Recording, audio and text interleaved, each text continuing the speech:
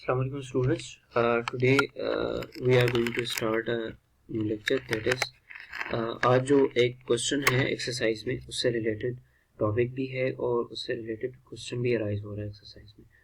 तो यहाँ पे क्वेश्चन ये है कि why enzymes are specific in nature, मतलब कि एंजाइम जो है काम के हिसाब से इतने स्पेसिफिक क्यों है, इतने इम्पोर्टेंट क्यों है कि वो अपना जो स्पेसिफिक फंक्शन परफॉर्म कर रहे हैं कि जो है स्पेसिफिक एंजाइम ही सिर्फ स्पेसिफिक सबस्ट्रेट के साथ बाइंड हो सकता है। तो ये जो एंजाइम को स्पेसिफिसिटी कोई चीज़ दे रही है, तो एंजाइम को ये स्पेसिफिसिटी किस वजह से है, ये एंजाइम को स्पेसिफिसिटी दे कौन रहा है। तो ये क्वेश्चन ये है कि why enzymes are specific in nature with respect to their functions.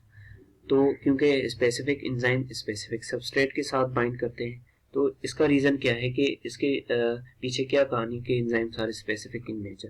सो आज ये टॉपिक डिस्कस करेंगे कि why enzymes are specific in nature. So specificity of enzyme in human body there are more than 100,000 known enzyme and all work with their own substrate. मतलब कि human body में तकरीबन 1000 से ज्यादा एंजाइम्स नॉन है और वो जो नॉन एंजाइम है उनका स्पेसिफिक अपना सबस्ट्रेट है।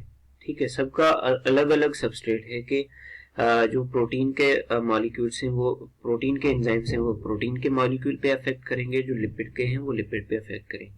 ठीक है, तो सब एंजाइम के पास अपना प्रोडक्ट है कि किसको किसके किसके को किस प्रोडक्ट को अटैक करना है और किस सबस्ट्रेट को ब्रेक करना है। सो specific enzyme will binds with specific substrate. As earlier we have discussed that enzymes are specific in nature, therefore a particular enzyme can only bind to its specific substrate and it's all due to active site। मैंने पहले ही बताया कि enzyme specific in nature हैं, ठीक है, वो specific substrate के साथ बाइंड करते हैं।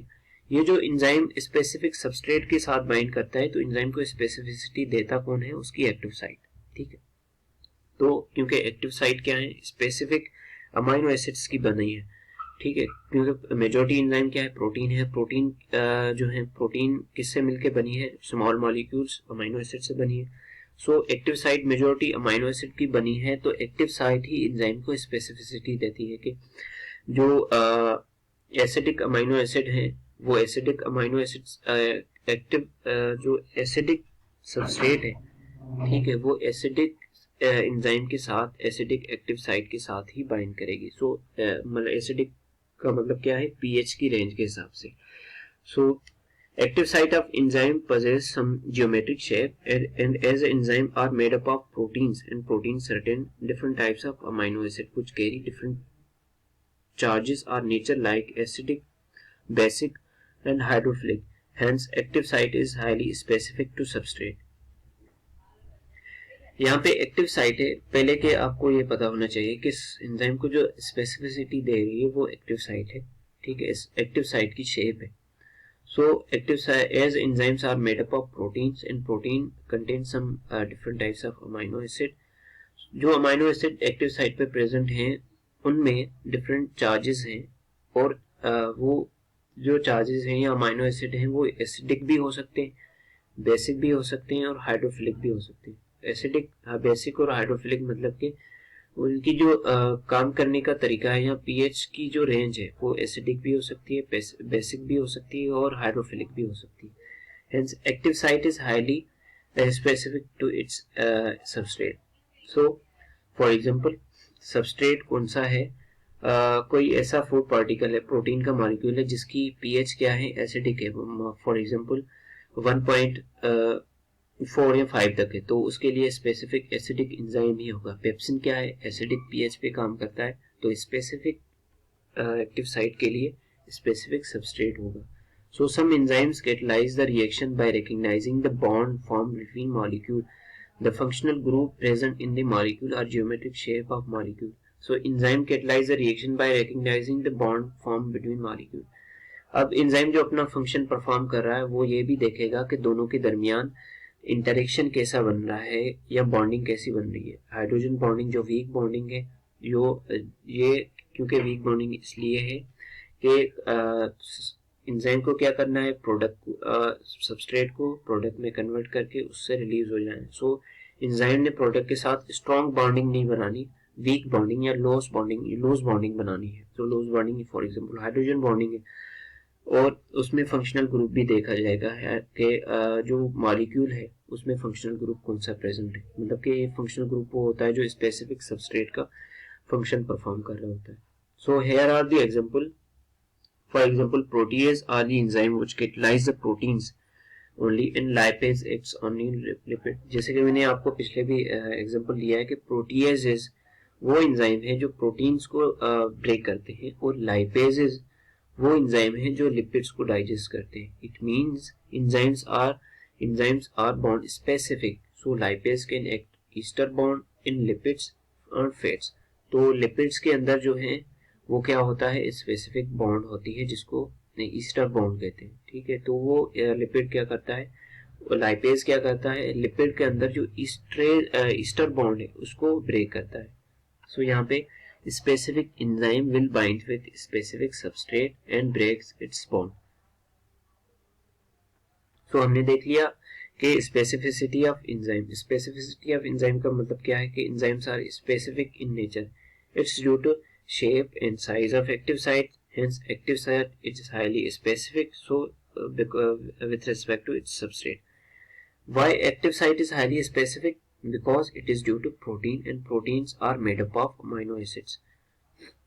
Like different amino acids are different in nature: acidic amino acid, basic amino acid, hydrophilic amino acid, which are soluble in water. So some enzymes catalyze the reaction by reacting. जो substrate के साथ enzyme bind करेंगे, ठीक है, वो क्या करेंगे, substrate में bond देखेंगे और फंक्शनल ग्रुप देखेंगे और शेप देखेंगे कि फॉर एग्जांपल एंजाइम जो है स्पेसिफिक सबस्ट्रेट के साथ बाइंड करके उसकी बॉन्ड ब्रेक कर रहा है। तो यहाँ पे लाइपेज जो है लिपिड के सबस्ट्रेट के साथ बाइंड कर रहा है, तो लेकिन ये भी देखेगा कि लिपिड में बॉन्ड कौन सी पाई जाती है और उस बॉन्ड को ब्रेक करेगा, क्योंकि बॉन्ड को ब्रेक करेगा तो एनर्जी रिलीज होगी। सो जो लिपिड में बॉन्ड पाई जाती है वो ईस्टर बॉन्ड है, और लाइपेज क्या करेगा, उस लिपिड के मॉलिक्यूल में जो ईस्टर बॉन्ड है उसको ब्रेक करेगा।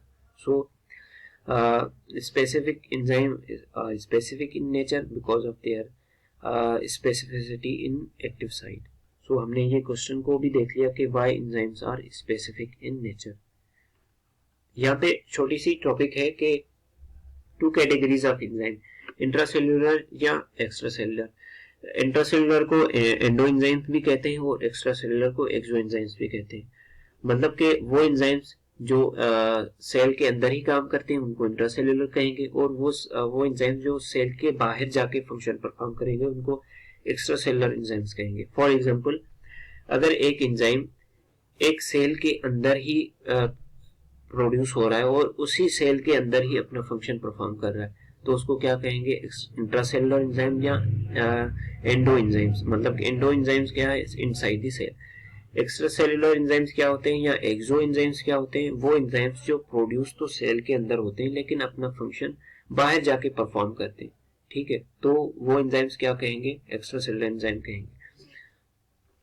यहाँ पे एग्जांपल है कि लाइक एटीपेज है या साइटोक्रोम सी रिडक्टेज है, तो वो क्या करते हैं, इंट्रासेल्युलर मतलब कि जिस सेल में प्रोड्यूस होंगे उसी सेल में फंक्शन परफॉर्म करेंगे। एक्स्ट्रासेल्युलर एंजाइम्स वर्क आउटसाइड, तो यहाँ पे एक्स्ट्रासेल्युलर एंजाइम में पेप्सिन है और लाइपेज है, क्योंकि ये स्पेशली पेनक्रियाज से रिलीज होते हैं, और पेनक्रियाज क्या करता है, अपने एंजाइम सेल से बाहर रिलीज करता है, और वो कहाँ जाते हैं, स्टमक में जाते हैं, और स्टमक में क्या जो भी फूड सब्सटेंस है, फूड पार्टिकल्स है, उनको डाइजेस्ट करते हैं। सो ये इंट्रासेल्युलर और एक्स्ट्रासेल्युलर एंजाइम में दो कैटेगरीज हैं जिसमें डिफरेंस क्या है, सो ये डिस्क्राइब किया गया।